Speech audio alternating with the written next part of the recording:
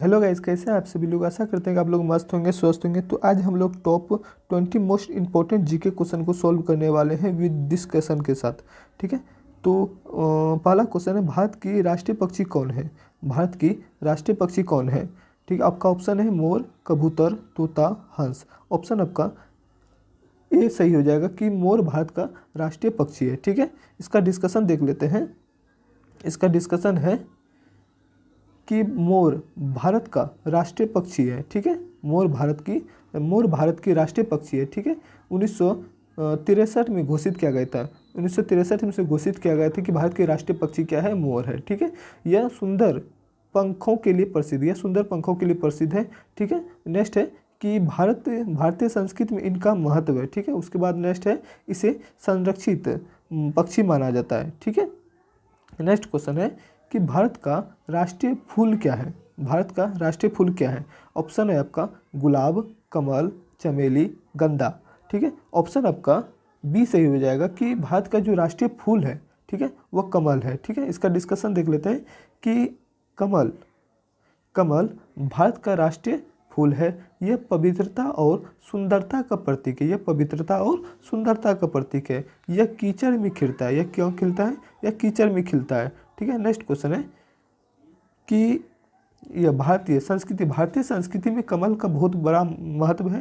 ठीक है। ये कई धर्मों में यानी कि कई धार्मिक ग्रंथों में इसका उल्लेख मिलता है। ठीक है। नेक्स्ट क्वेश्चन है कि भारतीय अंतरिक्ष कार्यक्रम के जनक किसे कहा जाता है। भारतीय अंतरिक्ष कार्यक्रम के जनक किसे कहा जाता है। ऑप्शन आपका विक्रम साराभाई, एपीजे अब्दुल कलाम, होमी भाभा या फिर सतीश धवन। ऑप्शन आपका ए एकदम सही हो जाएगा कि विक्रम साराभाई भारतीय अंतरिक्ष कार्यक्रम के जनक कहे जाते हैं। ठीक है। इसका डिस्कशन देखते हैं कि विक्रम साराभाई यानी कि विक्रम साराभाई को भारतीय अंतरिक्ष कार्यक्रम का जनक कहा जाता है। ठीक है। इन्होंने इसरो की स्थापना में बहुत बड़ा योगदान दिया था। इन्होंने भारत में अंतरिक्ष अनुसंधान को बढ़ावा दिया था। यह कई उपग्रह कार्यक्रम में शुरू किए थे, यानी कि यह कई उपग्रह कार्यक्रम को शुरू किए थे। उसके बाद विज्ञान के क्षेत्रों में बड़ा योगदान दिया था इसने। ठीक है। नेक्स्ट क्वेश्चन है कि भारत का सबसे लंबा बांध कौन सा है। भारत का सबसे लंबा बांध कौन सा है। ऑप्शन है आपका भाखड़ा नंगल बांध, हीराकुंड बांध, टिहरी बांध या फिर नागार्जुन बांध।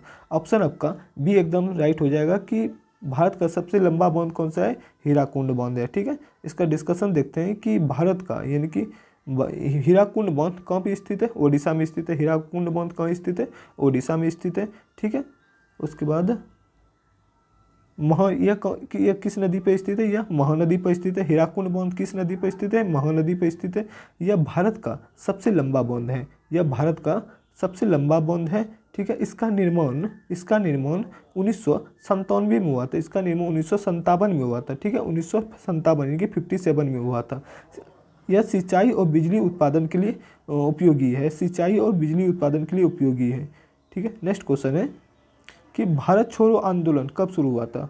भारत छोड़ो आंदोलन कब शुरू हुआ था। आपका ऑप्शन है 1940, 1942, 1930, 1945। ऑप्शन आपका ऑप्शन 20 आपका एकदम राइट हो जाए कि भारत छोड़ो आंदोलन जो था वो 8 अगस्त 1942 ईस्वी को शुरू किया गया था। इसका डिस्कशन देखते हैं क्या है कि भारत छोड़ो आंदोलन, यह आंदोलन 8 अगस्त 1942 ईस्वी को शुरू हुआ था। यह कि महात्मा गांधी जी ने इसका नेतृत्व किया था। इसका नारा था करो या मरो, करो या मरो। ठीक है। अंग्रेजों को भारत छोड़ने की मांग की गई थी। इसी आंदोलन के दौरान अंग्रेजों को भारत छोड़ने की मांग की गई थी। स्वतंत्रता आंदोलन का महत्वपूर्ण चरण था। स्वतंत्रता आंदोलन का महत्वपूर्ण चरण था। ठीक है। नेक्स्ट क्वेश्चन है कि भारत का सबसे ऊंचा पर्वत शिखर कौन सा है। भारत का सबसे ऊंचा पर्वत शिखर कौन सा है। ऑप्शन है आपका नंदा देवी, उसके बाद है कंचनजंगा, माउंट एवरेस्ट या फिर धौलागिरी। ऑप्शन आपका बी एकदम राइट हो जाएगा कि कंचनजंगा जो भारत का सबसे ऊंचा पर्वत शिखर है। ठीक है। इसका डिस्कशन देखते हैं। इसका डिस्कशन है कि कंचनजंगा जो है, कंचनजंगा भारत का सबसे ऊंचा शिखर है। ऊंचाई लगभग इसका 8,586 मीटर है। ठीक है। यह भारत नेपाल सीमा पर स्थित है। भारत नेपाल सीमा पर स्थित है। ठीक है। हिमालय पर्वत श्रृंखला में स्थित है। यह पर्वतारोहियों के लिए प्रसिद्ध है। ठीक है।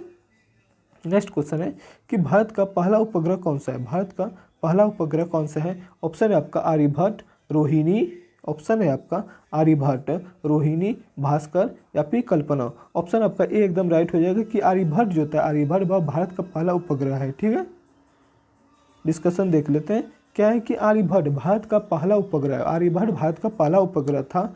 यह 19 अप्रैल 1975 ईस्वी को, याद रखिएगा 19 अप्रैल 1975 ईस्वी को लॉन्च हुआ था। यह सोवियत संघ रूस की मदद से लॉन्च किया गया था। ये वैज्ञानिक प्रयोगों के लिए था, यह वैज्ञानिक प्रयोगों के लिए था।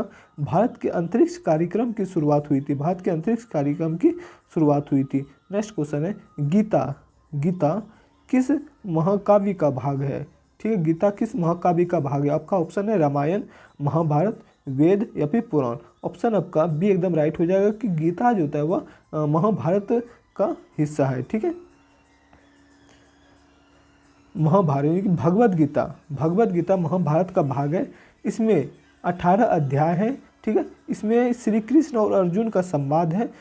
धर्म और कर्म का ज्ञान दिया गया है, धर्म और कर्म का ज्ञान दिया गया है। हिंदू धर्म का महत्वपूर्ण योग ग्रंथ है, यह हिंदू धर्म का महत्वपूर्ण ग्रंथ है। ठीक है, नेक्स्ट क्वेश्चन है कि भारत की सबसे बड़ी झील कौन सी है? ऑप्शन आपका है वुलर झील, चिल्का झील, डल झील या फिर लोकटक झील। ऑप्शन आपका एकदम बी राइट हो जाएगा कि चिल्का झील, चिल्का झील भारत की सबसे बड़ी झील है। ठीक है, चिल्का झील, चिल्का झील ओडिशा में, चिल्का झील ओडिशा में स्थित है। यह खारे पानी की झील है, भारत की सबसे बड़ी झील है, यानी कि भारत की सबसे बड़ी खारे पानी की झील कौन सा है? तो चिल्का झील है।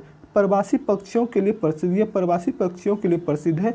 ठीक है, उसके बाद है यह पर्यटक स्थल भी है, यह क्या है? पर्यटक स्थल भी है, यानी कि यहाँ लोग घूमने जाते भी हैं। ठीक है, उसके बाद है कि भारतीय मिसाइल मैन किसे कहा जाता है? भारतीय मिसाइल मैन किसे कहा जाता है?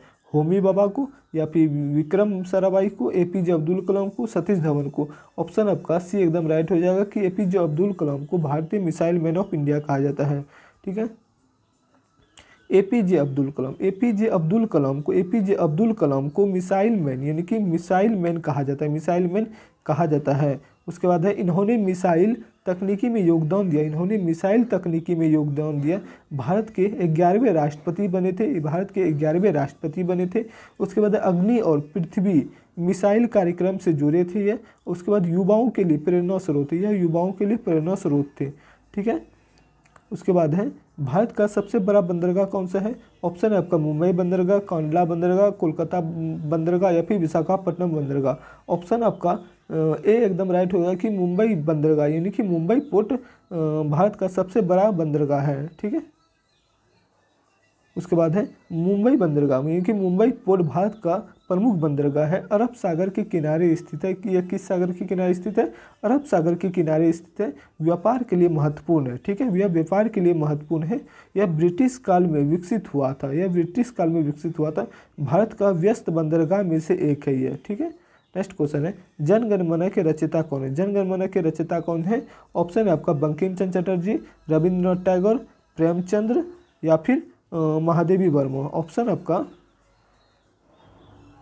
आपका बी एकदम राइट होगा कि जो जन गण मन है उसका जो रचयिता है वह रविंद्रनाथ टैगोर जी है। ठीक है, और वंदे मातरम का कौन है? बंकिम चंद्र चटर्जी। ठीक है, डिस्कशन देख लेते हैं कि रविंद्रनाथ टैगोर ने लिखा है, यानी कि जन गण मन को किसने लिखा है? रविंद्रनाथ टैगोर ने लिखा है।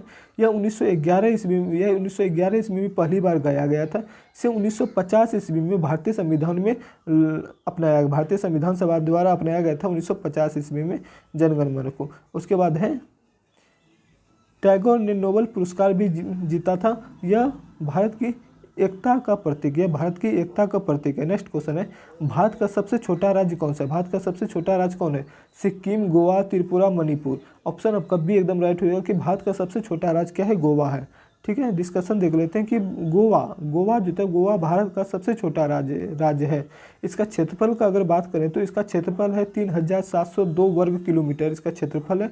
यह 1987 में बना था। गोवा राज्य कब बना था? 1987 ईस्वी में बना था। यह पर्यटन के लिए प्रसिद्ध, यह पर्यटन के लिए प्रसिद्ध है। इसका राजधानी कहाँ है? पणजी। गोवा की राजधानी कहाँ है? पणजी है। ठीक है, नेक्स्ट क्वेश्चन है कि लाल किला किस शहर में स्थित है? लाल किला किस शहर में स्थित है? आपका ऑप्शन है आगरा, दिल्ली या फिर लखनऊ, जयपुर। ऑप्शन आपका लाल किला किस शहर में स्थित है? ऑप्शन आपका हो जाएगा बी एकदम राइट हो जाएगा कि दिल्ली में लाल किला स्थित है। दिल्ली में क्या है? लाल किला स्थित है। इसका डिस्कशन देख लेते हैं कि लाल किला दिल्ली में स्थित है। मुगल सम्राट शाहजहाँ ने बनाए थे। इसे मुगल सम्राट शाहजहाँ ने बनाया था। 1648 ईस्वी में इसका निर्माण पूरा हुआ था। इसके बाद स्वतंत्रता दिवस की पर भाषण यहीं से दिया जाता है। स्वतंत्रता दिवस के अवसर पर भाषण यहीं से दिया जाता है लाल किला से। यह यूनेस्को विश्व धरोहर स्थल, ये यूनेस्को भी विश्व धरोहर स्थल है। ठीक है। भारत की सबसे बड़ी नदी घाटी कौन सी है? भारत की सबसे बड़ी नदी घाटी परियोजना कौन सी है? ऑप्शन है आपका भाखरा नंगल परियोजना, दामोदर घाटी परियोजना, टिहरी परियोजना या फिर हीराकुंड परियोजना। ऑप्शन आपका बी एकदम राइट हो जाएगा कि भारत की सबसे नदी घाटी परियोजना में से एक है दामोदर घाटी परियोजना। ठीक है। दामोदर घाटी परियोजना 1948 ईस्वी में शुरू हुई थी। यह दामोदर घाटी परियोजना 1948 ईस्वी में शुरू हुई थी। झारखंड और पश्चिम बंगाल में स्थित। यह कहाँ स्थित है? झारखंड और पश्चिम बंगाल में स्थित है। इसे भारत का पहला बहुउद्देशीय परियोजना कहा जाता है। इसे भारत का पहला बहुउद्देशीय परियोजना कहा जाता है। बाढ़ नियंत्रण और बिजली उत्पादन के लिए महत्वपूर्ण है। ठीक है। उसके बाद अमेरिका में टीवीए से प्रेरित है। अमेरिका की टीवीए से प्रेरित है। ठीक है।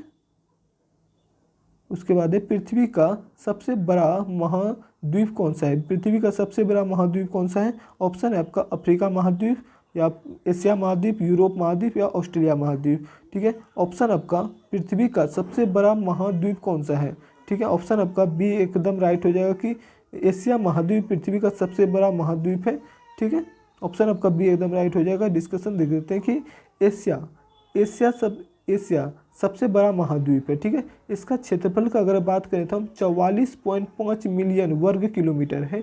विश्व की सबसे अधिक जनसंख्या यही रहती है। विश्व की सबसे अधिक जनसंख्या यही रहती है।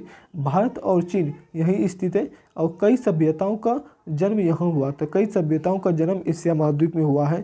ठीक है। नेक्स्ट क्वेश्चन है सत्यमेव जयते कहाँ से लिया गया? सत्यमेव जयते कहाँ से लिया गया? आपका ऑप्शन है रामायण से, महाभारत से, मुंडकोप उपनिषद से या फिर ऋग्वेद से। ऑप्शन आपका सी एकदम राइट हो जाए कि भारत सत्यमेव जयते हुए वह मुंडकोप उपनिषद से लिया गया है। ठीक है। उसके बाद है यह भारत का राष्ट्रीय आदर्श वाक्य है। मुंडकोप उपनिषद से लिया गया है। ठीक है। इसका अर्थ होता है यानी कि सत्यमेव जयते का क्या अर्थ होता है? सत्य की विजय। क्या होता है?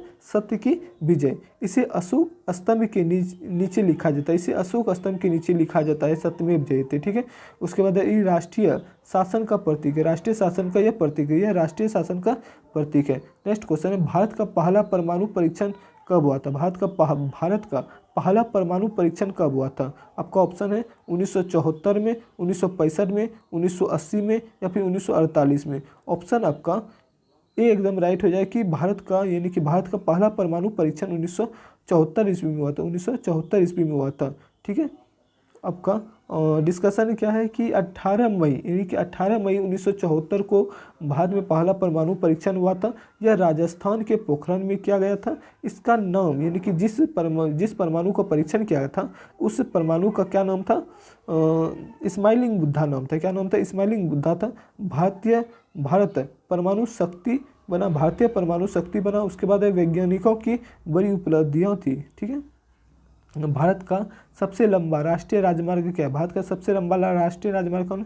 ऑप्शन है आपका NH-44, NH-27, NH-48, NH-19। Option आपका एकदम राइट हो जाए कि भारत का जो सबसे लंबा राष्ट्रीय राजमार्ग है वह NH-44 है। ठीक है। डिस्कशन है इसका कि NH-44 भारत की सबसे लंबी हाईवे है। ठीक है। उसके बाद NH का फुल फॉर्म क्या होता है कि नेशनल हाईवे। क्या होता है? National highway. उसके बाद है लंबाई इसका कितना है? इसका लंबाई है 3745 किलोमीटर। इसका लंबाई है 3745 किलोमीटर। यह श्रीनगर से कन्याकुमारी तक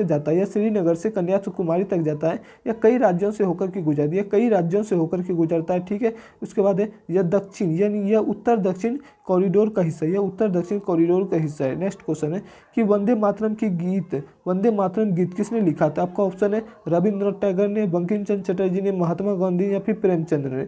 ऑप्शन आपका बी एकदम राइट होगा कि वंदे मातरम से जो गीत है वह बंकिम चंद्र चटर्जी के द्वारा लिखा गया था। आप लोग कैसे याद रखिएगा कि वो से वंदे मातरम और वो से बंकिम चंद्र चटर्जी। ठीक है। वो से वंदे मातरम, वो से बंकिम चंद्र चटर्जी। ठीक है। उसके बाद डिस्कशन है कि वंदे मातरम उपन्यास आनंद मठ से लिया गया। अब वंदे मातरम उपन्यास कहाँ से लिया गया? आनंद मठ से लिया गया है। लेखक बंकिम चंद्र चट्टोपाध्याय है, ठीक है। स्वतंत्रता आंदोलन में लोकप्रिय नेता हुआ करते थे ये भारत का राष्ट्रीय गीत इसने लिखा है, ठीक है। उसके बाद यह देशभक्त का प्रतीक माना जाता है, यह देशभक्त का प्रतीक माना जाता है, ठीक है। आप लोग को ये सेशन अगर अच्छा लगे हो तो लाइक कमेंट एंड सब्सक्राइब जरूर कर दें और अपना राय कमेंट सेक्शन में ज़रूर बताएं, ठीक है। धन्यवाद।